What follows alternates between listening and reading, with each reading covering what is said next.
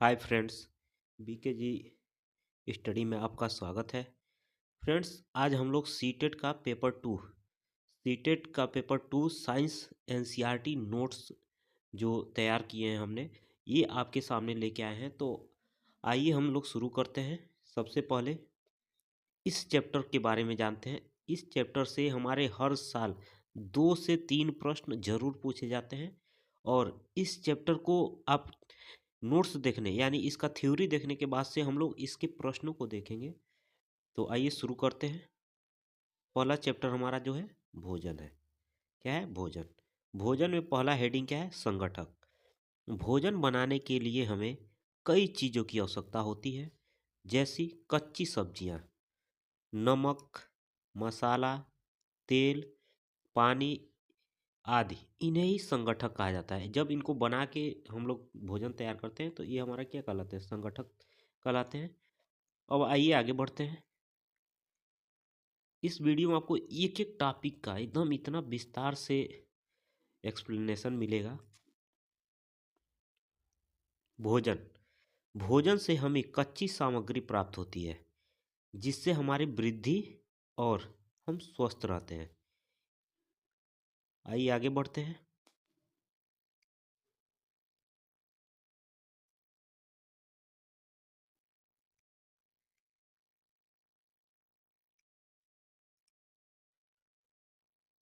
भोजन से हमें प्रोटीन, कार्बोहाइड्रेट, वसा, विटामिन तथा खनिज लवण प्राप्त होते हैं। अगले टॉपिक की तरफ चलते हैं।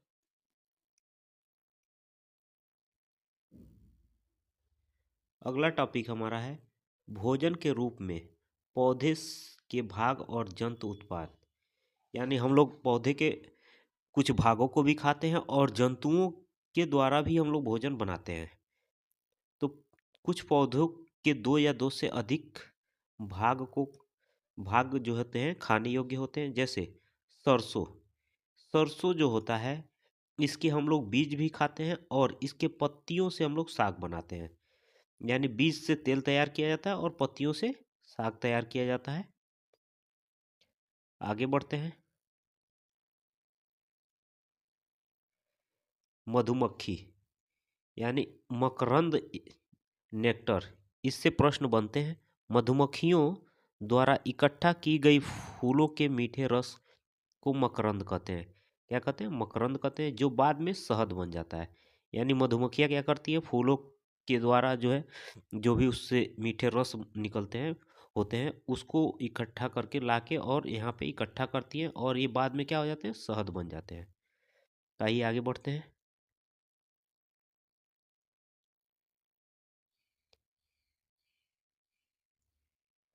अगला है मधुमक्खियां मकरंद का भंडारण करती हैं, क्योंकि यानी मधुमक्खियां क्या करती हैं? मकरंद का भंडारण कर लेती हैं, इकट्ठा करके रखती हैं।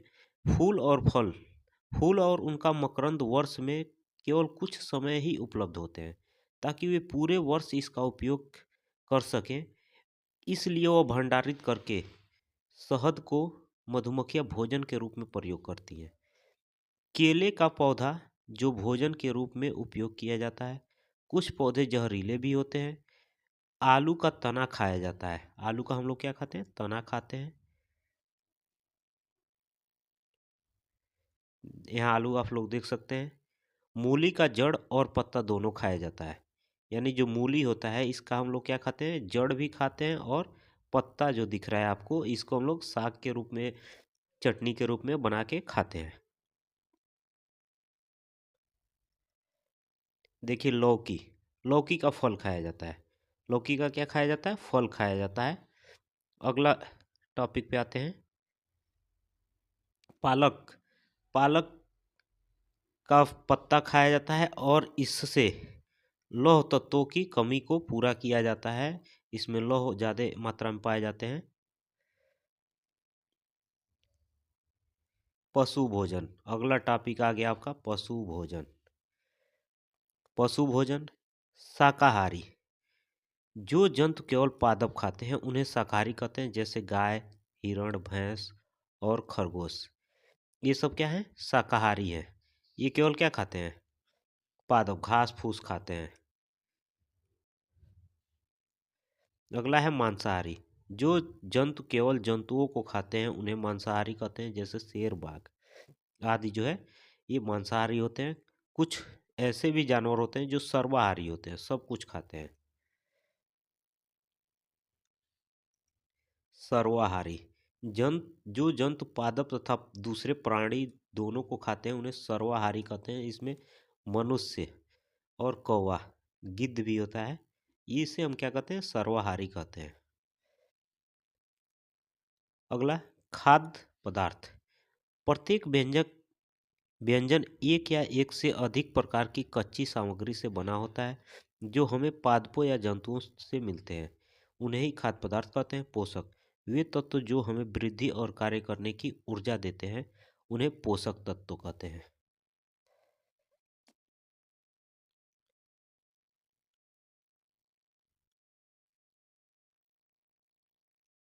अगला हेडिंग है पोषक तत्व।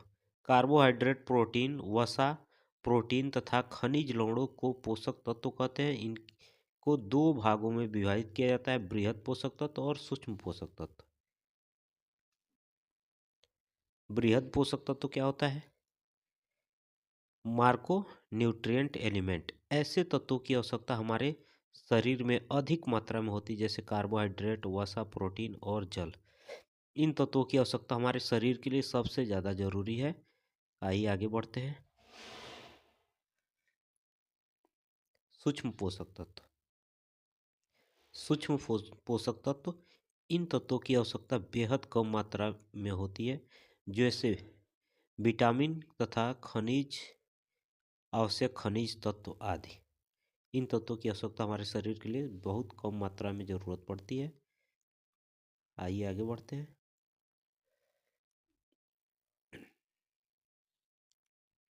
कार्बोहाइड्रेट।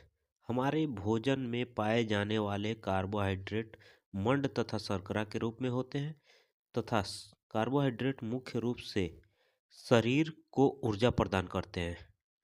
1 ग्राम कार्बोहाइड्रेट में 17 किलो जूल या 4 किलो कैलोरी ऊर्जा प्राप्त होती है। हमारे भोजन में से लगभग 60 से 80% ऊर्जा कार्बोहाइड्रेट से प्राप्त होता है।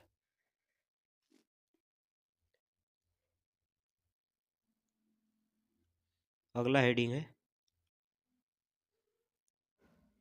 कार्बोहाइड्रेट के स्रोत।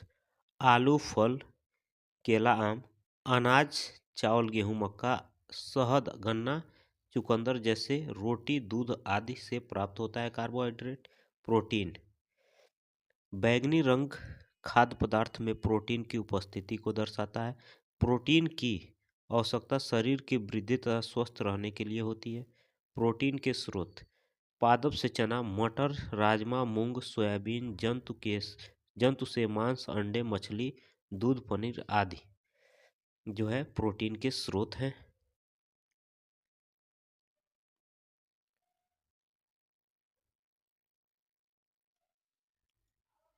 वसा, कागज पर तेल का धब्बा खाद्य पदार्थ में वसा की उपस्थिति को दर्शाता है। वसा हमारे शरीर को ऊर्जा मिलती है, यानी वसा से हमारे शरीर को क्या होती है, ऊर्जा मिलती है। वसा के स्रोत पादप से मूंगफली, तिल, गिरी, तेल, जंतु से अंडे, मांस, मछली, मांस, दूध, घी, मक्खन आदि, ये सब वसा के क्या है, स्रोत हैं। आइए अब अगला टॉपिक देख लेते हैं, विटामिन। विटामिन विटामिन कई प्रकार के होते हैं जिन्हें अलग अलग नामों से जाना जाता है। Vitamin A, vitamin B, vitamin C, vitamin D, vitamin E, vitamin K नामों से जाना जाता है।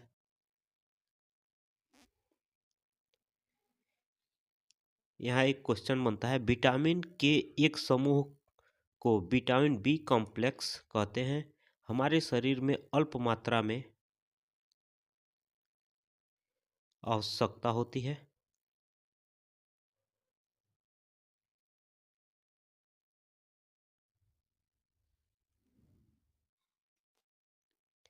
विटामिन का नाम फुंक ने दिया था। किसने दिया था विटामिन का नाम? फंक ने दिया था। जल में घुलनशील विटामिन, विटामिन बी के समूह एवं सी के समूह। एंड विटामिन बी के जो समूह होते हैं और सी के जो समूह होते हैं ये जल में आसानी से घुल जाते हैं।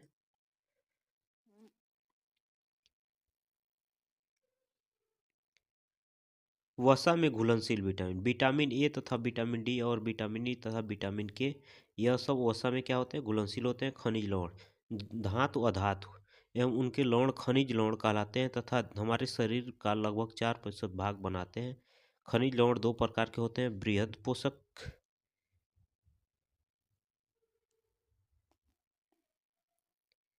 बृहत पोषक।